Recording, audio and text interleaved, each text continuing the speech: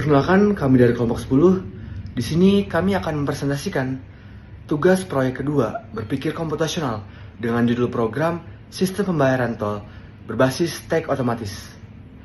Perkenalkan, saya Raffi Novalardiana, NIM 16725-290. Halo, perkenalkan nama aku Ainya Andara Tirta dari kelompok 10 berpikir komputasional NIM 16725-061.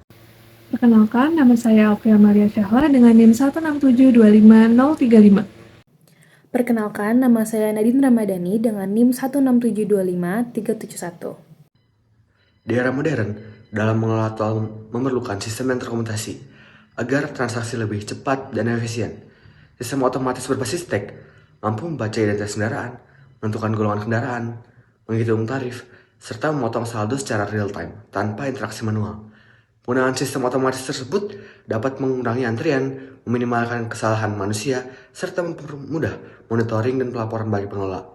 Dengan demikian, teknologi tersebut dapat meningkatkan efektivitas operasional dan kenyamanan. Terdapat 3 tujuan dalam program kami. 1. Menerapkan konsep berpikir komputasional, dekomposisi, pengenalan pola, abstraksi, dan algoritma dalam merancang solusi sistem pembayaran tol. 2. Mengembangkan sistem pembayaran tol otomatis berbasis tag digital. 3. Menciptakan sistem pembayaran tol otomatis yang dapat menambah biaya pada tarif tol. Subprogram yang pertama merupakan jenis fungsi yang mengelola interaksi fisik dan sensor di gardu tol. Fungsi ini bertanggung jawab untuk mendeteksi kedatangan kendaraan dan mengonfirmasi bahwa kendaraan telah berhenti di posisi yang tepat.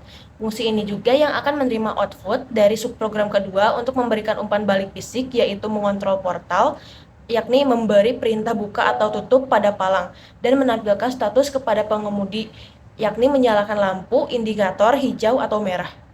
Subprogram kedua adalah fungsi inti yang memproses data OBU setelah menerima sinyal dari subprogram pertama.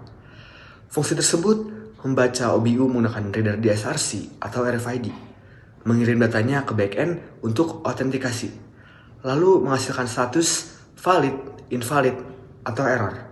Setelah itu, subprogram menghitung tarif berdasarkan golongan dan memotong saldo e-wallet. Output status langsung dikirimkan kembali ke subprogram pertama untuk menentukan pembukaan palang atau tidak. Dan jika saldo kurang, sistem otomatis memanggil petugas untuk membantu pengisian saldo sehingga tidak terjadi penumpukan. Untuk subprogram ketiga, yaitu subprogram yang dapat berfungsi sebagai gerbang input data yang dapat mengenali jenis kendaraan serta asal kendaraan berdasarkan registrasi dan tag digital. Yang dimana dari data tersebut, sistem dapat mengetahui nih, dari gerbang mana kendaraan tersebut masuk, jenis kendaraannya seperti apa, lalu informasi lainnya. Sehingga dari informasi tersebut dapat digunakan sebagai atribut dasar untuk proses pemeriksaan. Nah, dengan begitu, aturan dan tarif yang diterapkan bisa sesuai dengan spesifikasi kendaraan serta rute masuknya. Setelah identifikasi, alur berlanjut ke subprogram pengecekan muatan fisik yang menerapkan logika percabangan bertingkat berdasarkan berat beban. Sistem akan menimbang kendaraan dengan batas normal tiap kendaraannya dengan ketentuan motor dengan maksimal 2 penumpang dan bobot penumpang maksimal dari 150 sampai 180 kg. Kemudian mobil dengan beban maksimal 8 ton, bus dengan beban maksimal 16 ton, truk dengan beban maksimal 14 ton, tronton dengan beban maksimal 24 ton.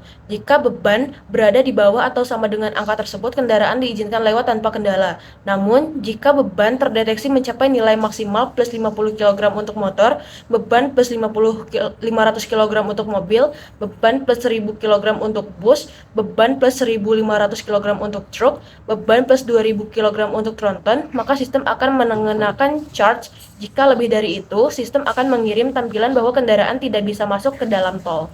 Dan subprogram yang kelima ini, sistem akan mendeteksi jenis-jenis pelanggaran yang terjadi. Pelanggaran-pelanggaran tersebut akan dibagi ke dalam 3 tingkat keparahan, ada tingkat tinggi, tingkat sedang, dan tingkat rendah. Pada pelanggaran tingkat tinggi meliputi tindakan-tindakan berbahaya, pada tingkat sedang meliputi tindakan-tindakan yang dapat mengakibatkan gangguan arus lalu lintas, dan pada tingkat rendah meliputi tindakan-tindakan yang berkaitan dengan etika berkendara. Jika suatu pengendara diketahui melakukan pelanggaran, maka pengendara tersebut harus membayar denda sesuai dengan pelanggaran-pelanggaran yang dilakukan. Jika saldonya mencukupi, pengendara tersebut akan langsung diperbolehkan untuk keluar jalur tol. Namun, Jika saldonya tidak mencukupi, pengendara tersebut akan dikenakan biaya tagihan sesuai dengan biaya yang belum terbayarkan, ataupun akan diberikan hukuman-hukuman lainnya. Berikutnya, seluruh data dari subprogram-subprogram tersebut akan berakhir di subprogram terakhir yang berfungsi untuk mengkalkulasikan total hukuman berdasarkan jenis pelanggaran yang telah terdeteksi. Sistem akan mencocokkan input pelanggaran dengan database denda dan durasi kurungan yang sesuai, dan akan dijumlahkan dengan biaya penambahan muatan jika ada. Hasil akhirnya adalah sebuah keputusan hukum atau tagihan yang harus dibayar oleh pelanggar sesuai dengan pelanggaran yang telah terdeteksi. Jalan kerjanya sistem ini dapat dilihat oleh flowchart yang telah kami buat. Pertama, inisiasi semua kamus dalam sistem ini untuk bernilai 0. Berikutnya, pengguna dapat menginput ID tag DSRC.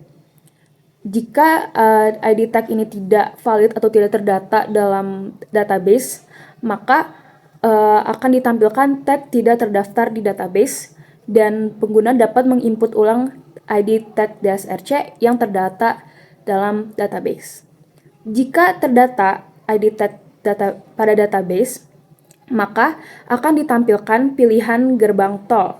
Itu ada Benoa, Ngurah Rai, dan Nusa Dua.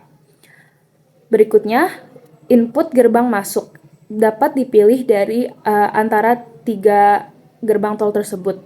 Jika yang diinput adalah lain dari 3 gerbang tol tersebut, maka akan ditampilkan lokasi tidak valid, lalu tampilan pilihan gerbang tol akan muncul lagi, dan pengguna dapat menginput gerbang masuk tol yang benar.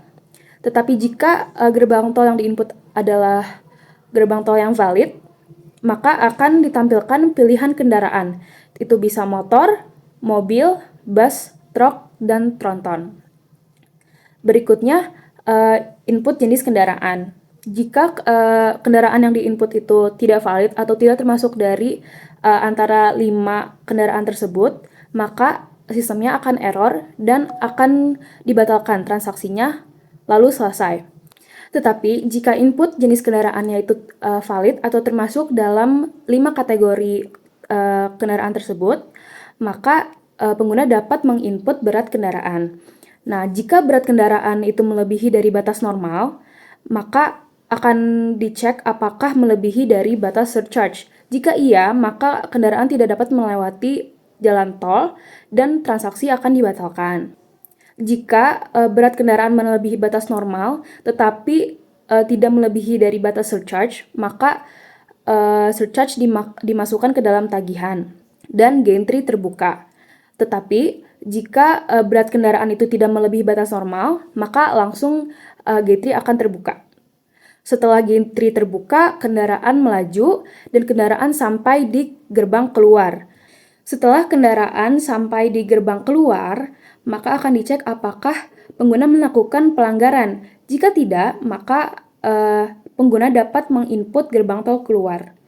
Namun ada possibility lain di mana kendaraan itu melakukan pelanggaran, maka dari itu dapat diinput jenis pelanggaran yang telah terdeteksi.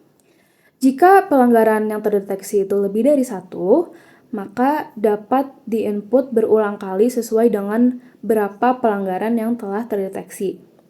Jika semua pelanggaran yang dilakukan sudah terinput, maka akan lanjut ke input gerbang tol keluar. Input gerbang tol keluar yang dapat dipilih ada sama seperti gerbang tol masuk, yaitu Benoa, Ngurah Rai, dan Nusa Dua. Jika input gerbang tol keluar itu sama dengan gerbang tol masuk, yang artinya berarti input tersebut tidak valid, maka pengguna dapat menginput kembali gerbang tol keluar yang benar dan valid. Setelah input gerbang tol keluar itu valid, maka akan ditampilkan jumlah tagihan dan surcharge jika ada. Lalu pengecekan saldo. Jika saldo tidak cukup, maka akan ditampilkan jumlah tagihan saldo yang kurang dan sistem selesai. Tetapi jika saldo pada tag tersebut cukup untuk membayar, maka akan ditampilkan pembayaran berhasil dan sisa saldo dari tag tersebut. Kemudian saya akan mengeran Python yang sudah kami buat.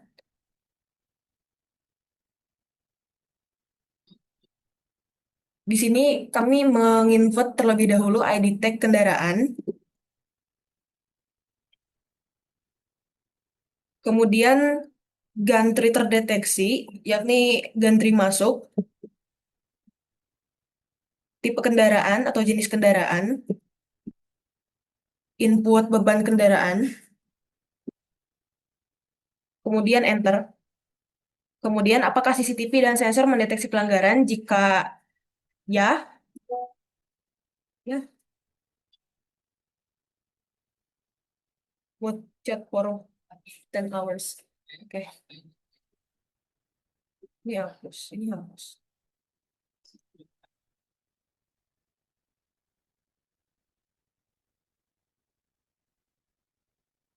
Kemudian saya akan mengerun Python yang telah kami buat. Yang pertama, masukkan ID tag kendaraan.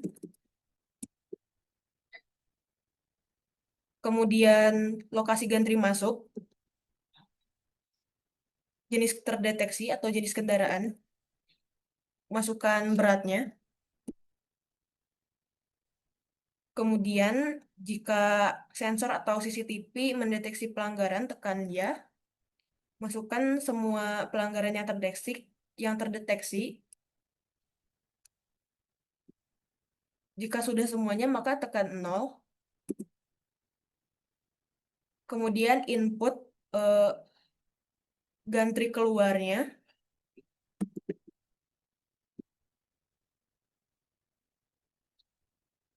Maka sistem akan langsung memotong tagihan dari pelanggaran yang sudah dilakukan.